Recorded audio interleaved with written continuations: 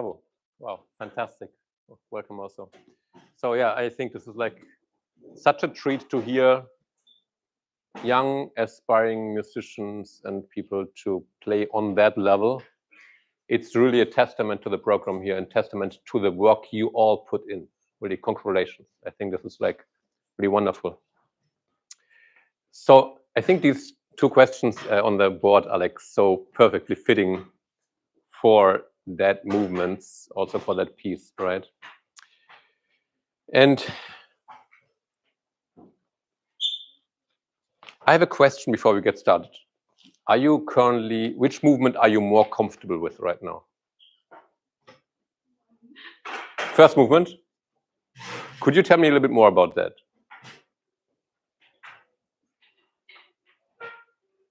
Like, what's the reason why that you're feeling more comfortable in the first movement compared to the second movement?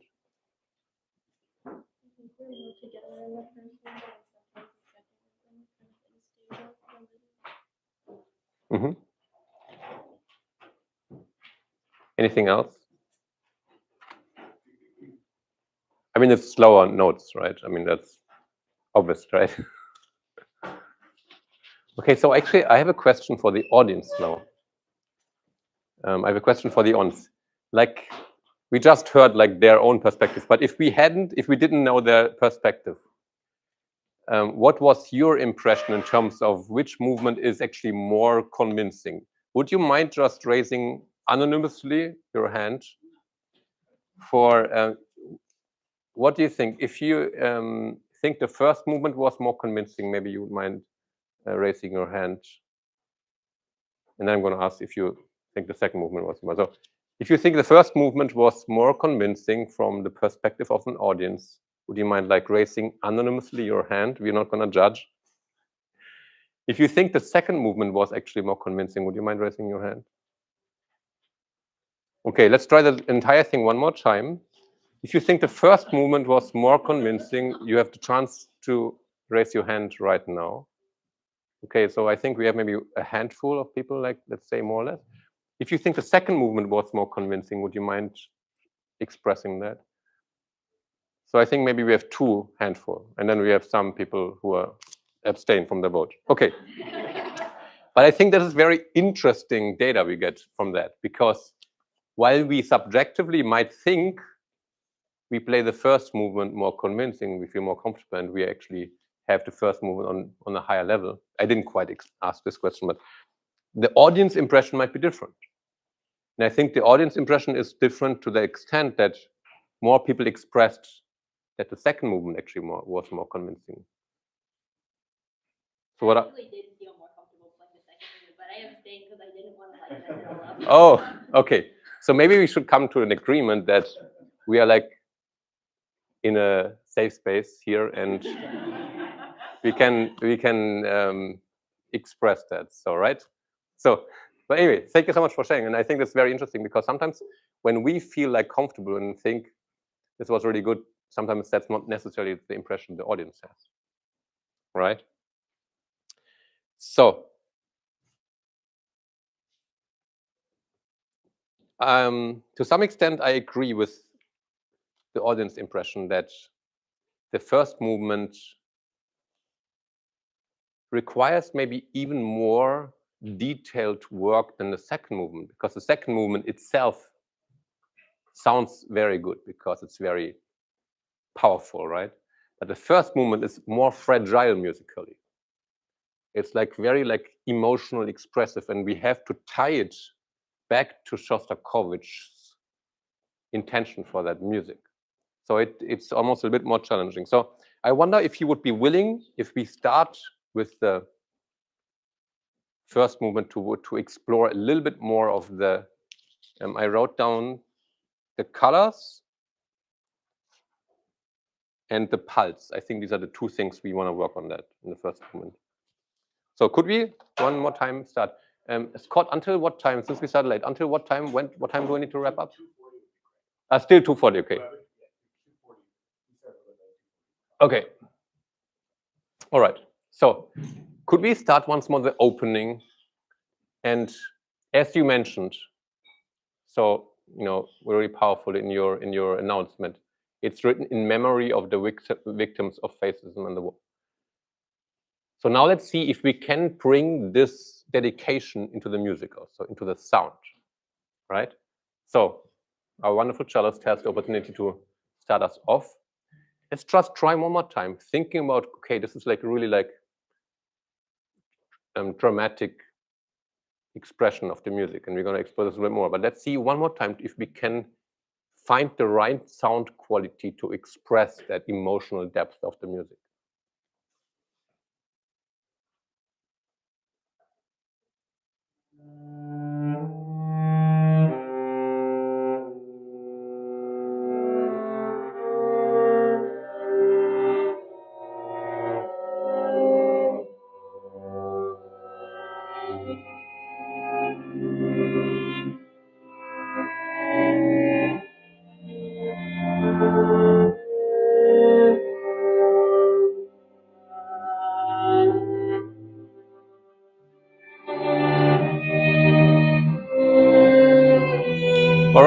All right. Thank you. I think I can definitely sense or much more like emotional consideration. Very, very beautiful.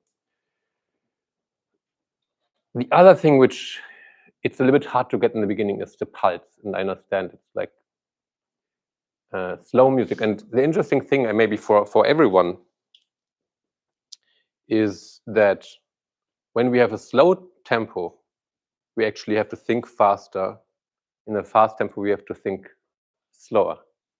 So, and I think these two movements are the perfect example to actually teach us and give us the opportunity to learn. In the slow tempo, we have to fill the long note with content, because otherwise it's just like a sound, but there's like a lot of life.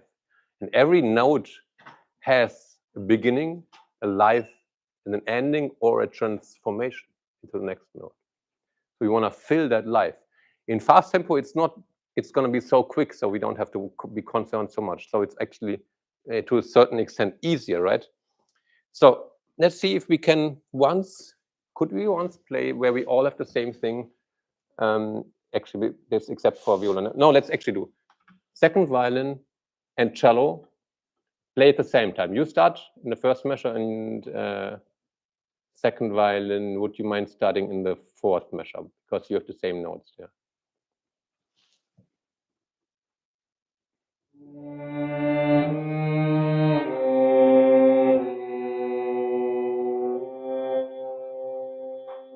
Good, thank you so much. So now we want to understand. Let me ask the audience again.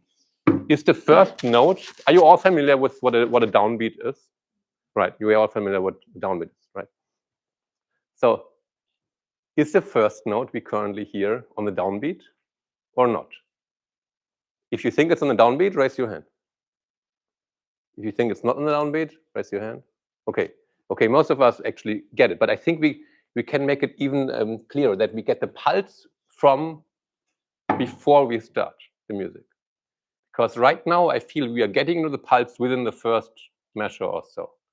But what is happening in the measure before the first measure? Can we feel the music, the pulse in the measure before the first measure? Let's try this one more time.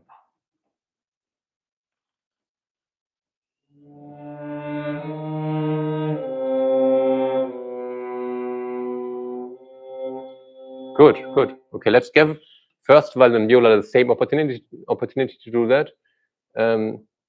Oh, actually, it's not working for you because we have A and we have G, so it's not quite working. But anyway, so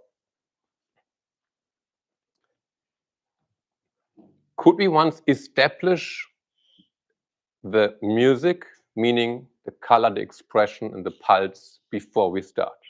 Meaning, could we try that we say 1, 2, so we basically say 1, 2, 3, sorry, 1, 2, 1, 2. Let's try this together. So let's do again second violin and cello. We're gonna say out loud 1, 2, 1.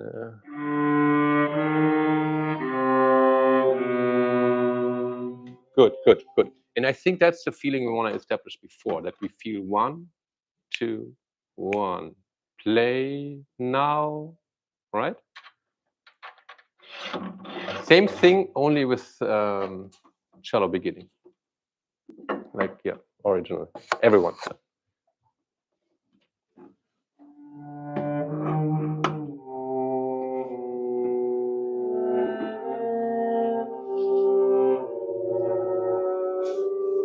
Okay, let's try this one more time. I'm gonna count the measure before. 1, 2, 1.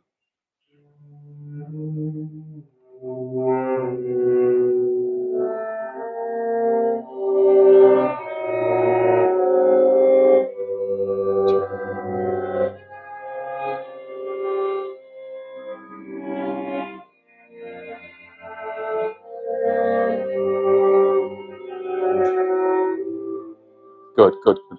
So good. Shostakovich writes tempo half note 63. So I think we have many doctors here in this room.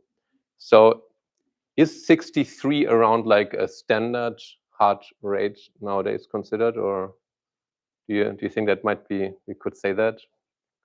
Because I would imagine this is like a very close tempo to like a heart rate in a regular, you know.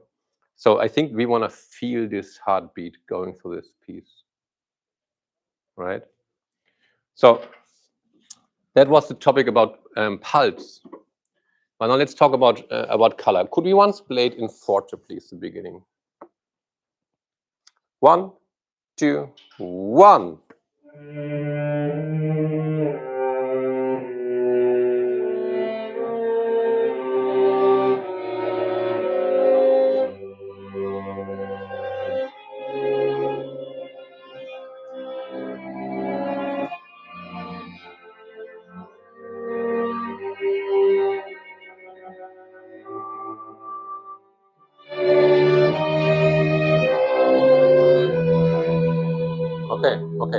Okay. To my impression is that you feel more comfortable with the sound in forte than in piano. Is that right? Yeah. Okay. Let's see if we can establish like a same quality of sound in the piano now.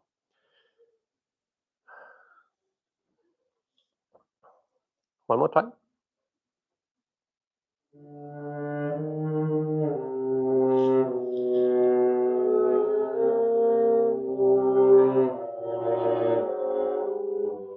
Okay, let's do this one more time. If we feel our heartbeat, I think it's going to be easier to exactly know when our fugue entrance is, right?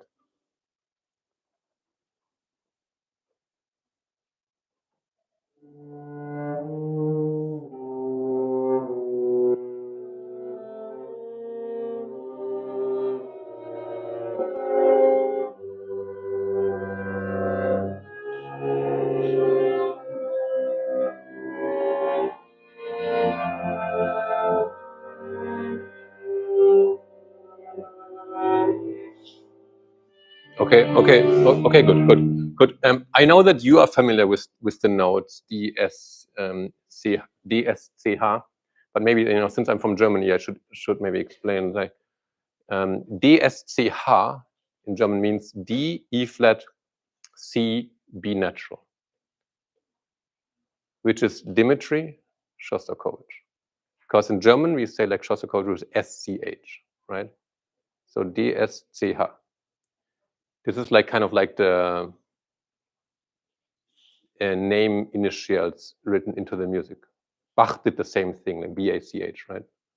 So I think that's very powerful, and that's why we need to give this so much meaning.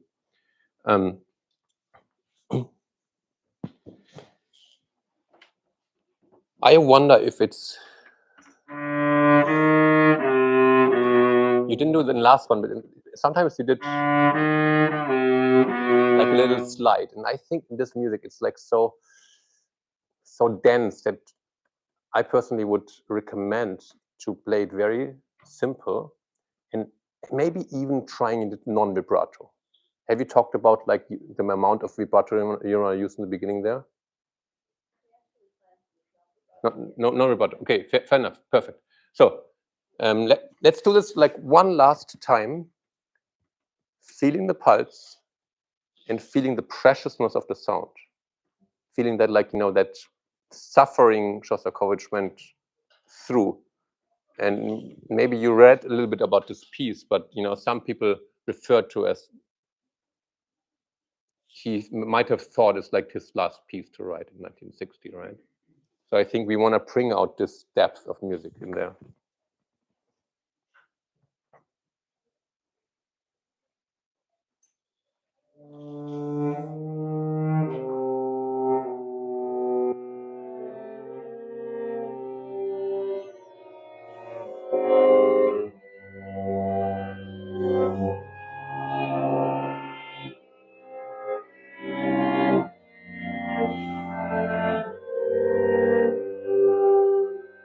Good. Thank you, thank you, thank you. So there are two things. First of all, we have to be able to fit in the quarter note comfortably, like 1, 2, 1, 2, right? So it's not quite fitting ensemble-wise yet. And then the other thing is, I think the only first moment where we can have a little vibrato would be in the viola entrance, maybe here, where you have poco espressivo. There can be a hint of movement in the left hand.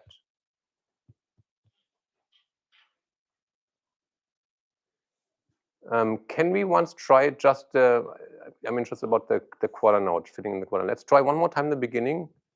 And it should be 1, 2, 1, very naturally fitting in the architecture of the pulse. One more time.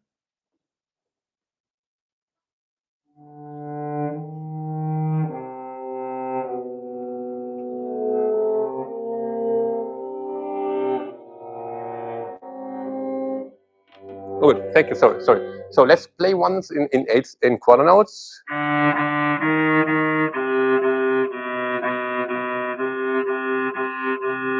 Everyone comes in also everything in quarter notes. Just right, left, right, left. Ready?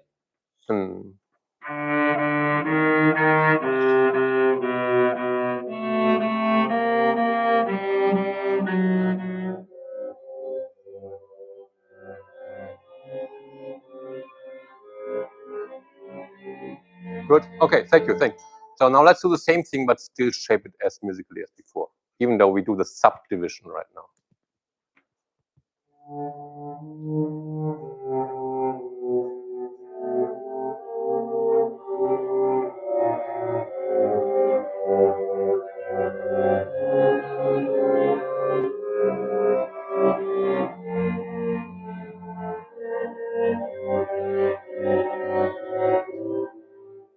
Okay, good. Now, do you think we can do the same thing now, feeling the subdivision? So that the quarter note literally flows naturally, fits in the space naturally, even though we do like the original bowing. Do you think we are ready for that? Okay, I think we think the same thing, right? So let's do it.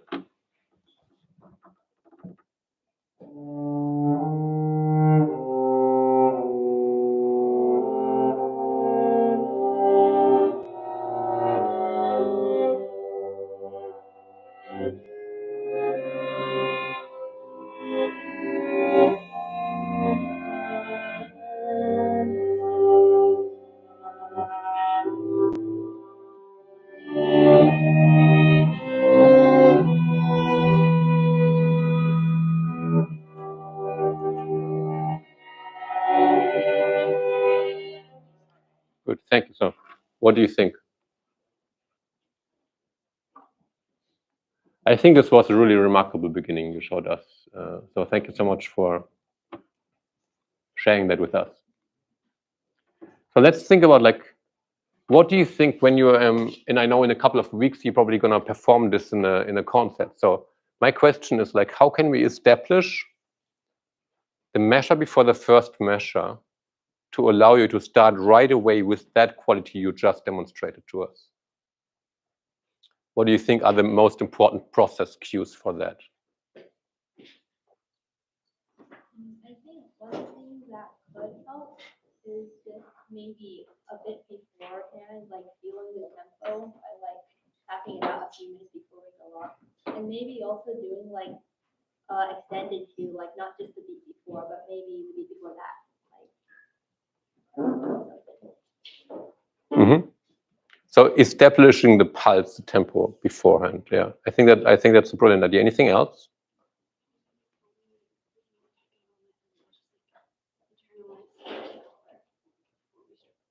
Mm-hmm. Anything else? Mm-hmm. Yeah. So I think getting, and you mentioned it almost, but I think getting into that feeling of, you know, it's almost like a desperate feeling right in this beginning, like being lost. I think putting ourselves into that state of being like almost like an actor, right? We want to get into this feeling, and then having this 1, 2, 1, da da da da, almost like unapologetic pulse going through, so that whatever you're doing is just falling in the right place. Do you want to try this one last time before we go to a different passage to see that we can establish that beginning?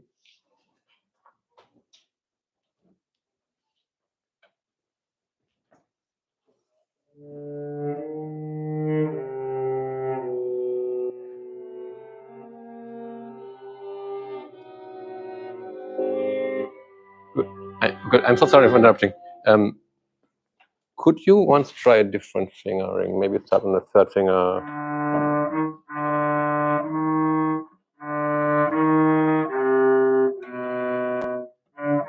To avoid like too much shifting in between that, I would try that. And let's see if we can actually find an even more somber, dark color. Meaning, you want to go closer to the fingerboard and like a little bit sul-tasto and play with very light bow. So think more like a pianissimo color. I think it's a little bit too concrete right now. We want to make it a little bit more fragile, the sound. Okay, let's try this one last time.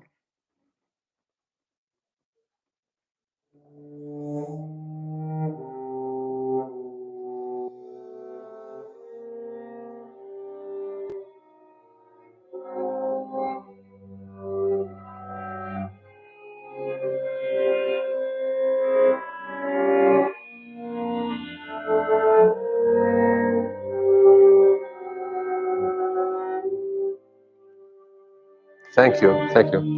I think that was quite amazing. Do you all agree that this was amazing? So thank you.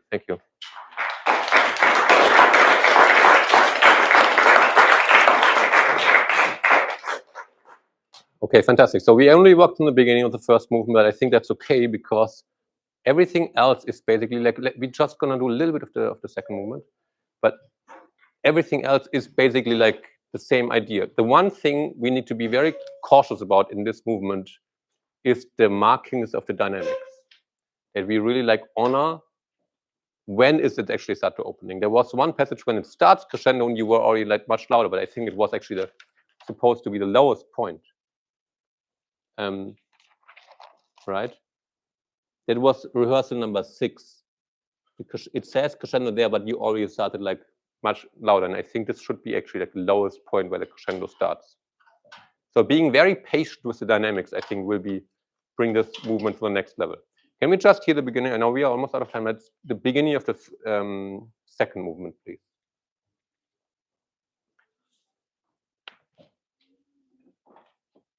Could we start 2 measures before? Yes. Fantastic idea.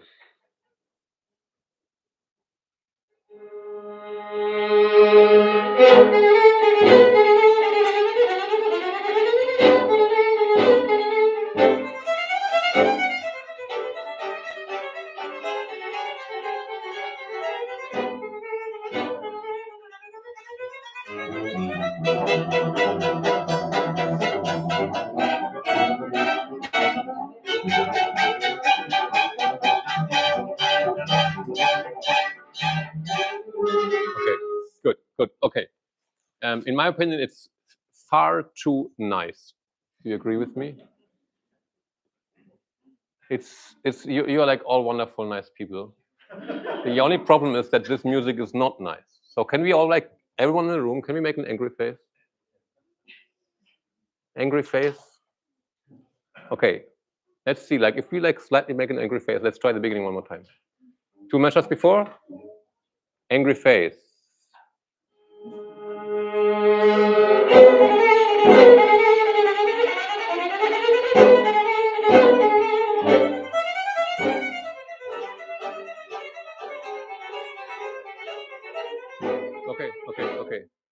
different now? A little bit different. Yeah, I think we even have potential more to be a little bit more angry. To translate this into like bow technique, it would mean is that we need a little bit more bite. You know what I mean by that? Is a little bit more bite, meaning like having less bow speed and a little bit more weight. But it almost becomes like what we would refer to normally as too much pressure, but I think it will work out in this instance.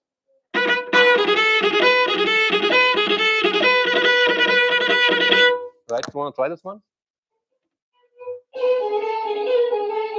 Yeah. Okay. What do you think? That's awesome, right? Pretty awesome, right?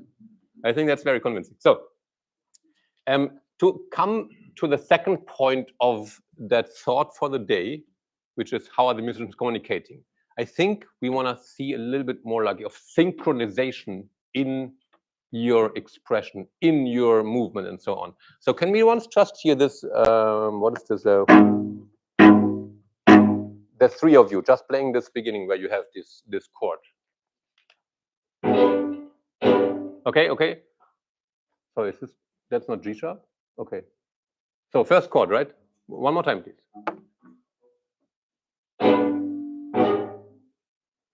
Okay.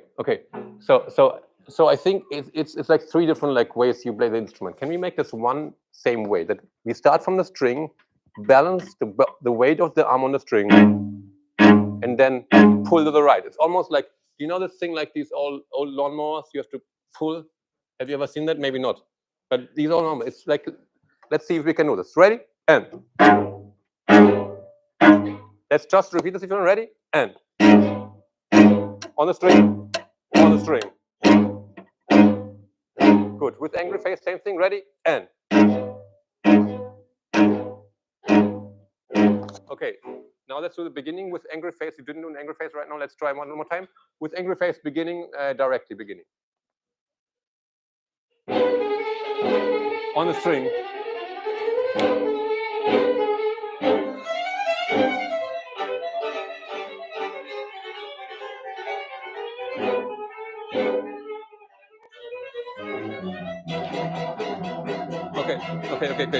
Okay, good. I think this was much better beginning. So all the gestures we have need to be synchronized in terms of like the body movement we are using also, which is related to communication because we communicate with our bodies in this case. Let me just check the time. Okay, we are out of time, but I wanted to let you play a little bit. So what's your favorite passage of the second movement? The G-string solo I have at rehearsal 29 that we didn't get to play. Okay, let's keep something in the realm we actually played. I think like one of the passages where everyone is playing. What do you think about 16 or 17?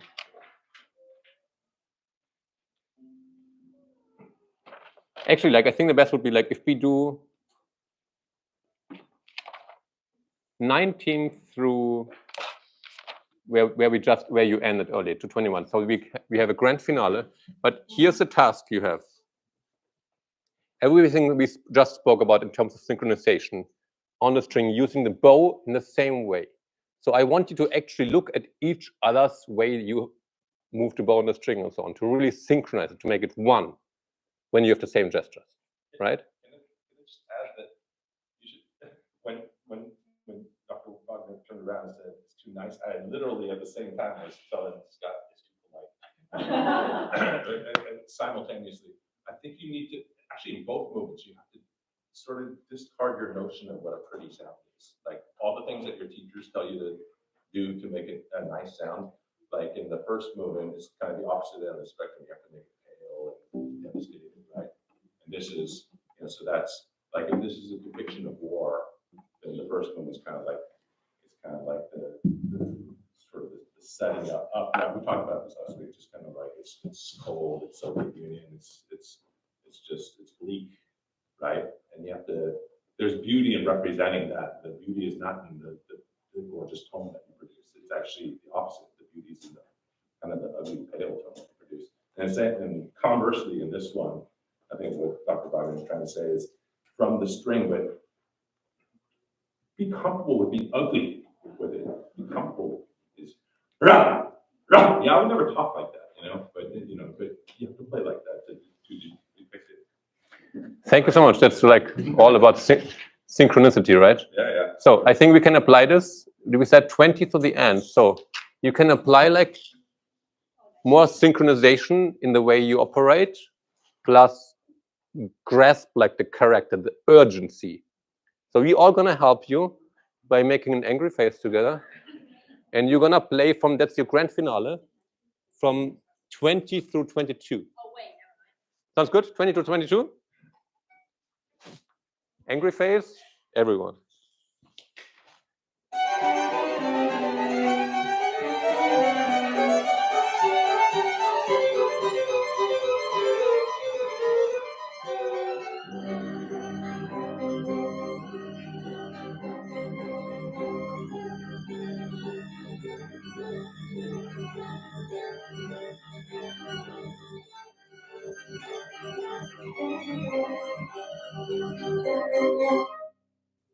Okay, thank you so much.